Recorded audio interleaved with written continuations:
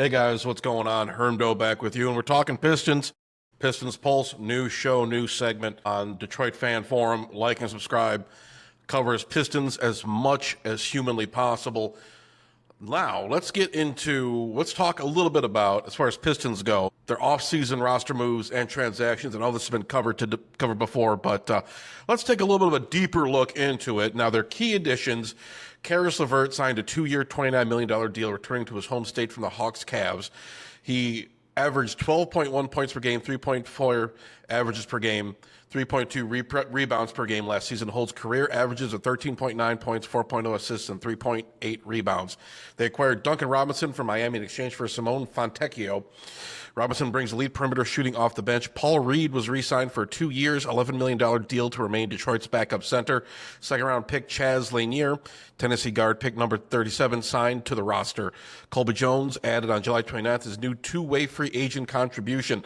Departures: Tim Hardaway Jr. declined to return and signed with Denver, leaving a rotation spot vacant. Dennis Schroeder was moved in a sign-in trade to the Sacramento Kings, netting Detroit a $14.2 million trade exception and a 2026 second-round pick. A 2029 pick goes to Sacramento. Ron Harper Jr. was waived on July 24th after spending time earlier on a two-way deal. Lindy Waters III signed elsewhere in free agency with the Spurs. Detroit opted for modest changes, dialing back from aggressive star shopping. They focused on rotational tweaks and continuity around Cade Cunningham's core rather than blockbuster additions. As far as their core and player performance insights, Cade Cunningham, following an All-NBA season, he re-signed a 5-year, $224 million extension in July 2024, averaged 26 points per game, 9 assists per game, 6 rebounds per game over 70 games last season, and set a franchise record with multiple triple-doubles, breaking Isaiah Thomas's mark. Other young core players poised for growth include Jaden Ivey, Asar Thompson, Jalen Duren, and Ron Holland, though rotational depth remains a concern, especially the backup point guard and power forward. But Malik Beasley, we all know him. He's been getting in some trouble. He remains under federal gambling investigation. Detroit pulled their offer.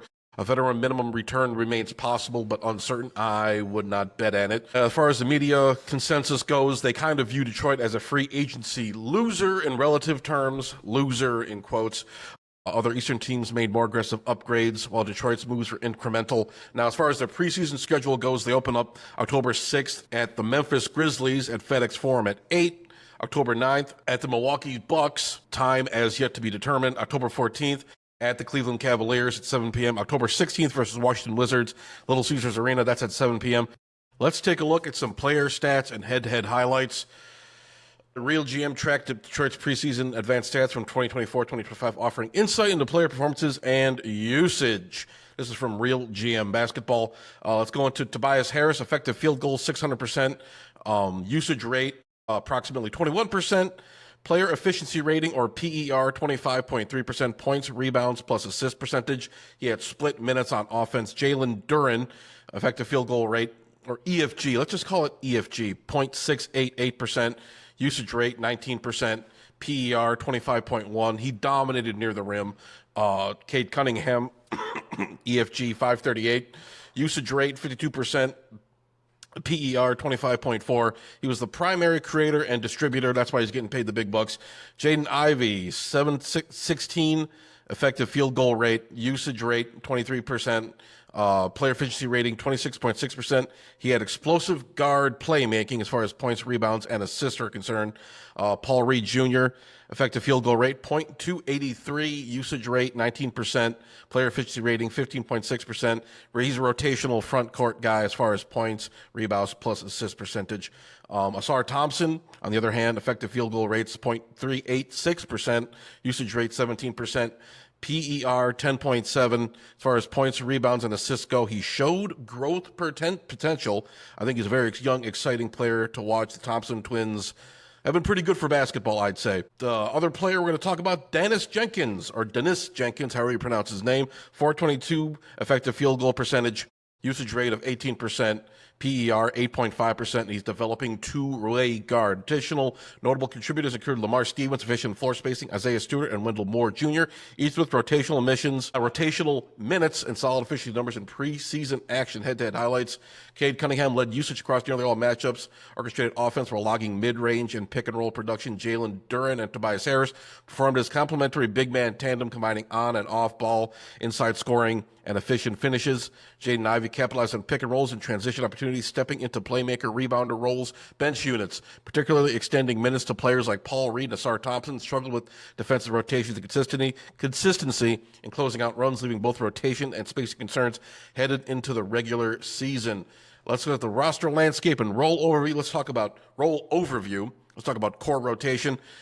Cade Cunningham, point guard, franchise centerpiece, high usage role, primary scorer and facilitator, averaged 26.1 points per game. Oh, we already know all that, but let's get into it again. About 9 assists per game, 6 rebounds per game last season. Jaden Ivey, shooting guard, emerging secondary ball handler and scorer, preseason PER of 26.6, usage rate of 23%. Jalen Duren, center, physical high efficiency post presence, posted a PER of 25.1 in preseason. Tobias Harris, small forward, power forward, veteran scoring and spacing, efficient role in second unit. Asar Thompson, Paul Reed Jr., versatile forwards pairing that saw rotational minutes, areas for improvement remaining consistency, and read rotate defense.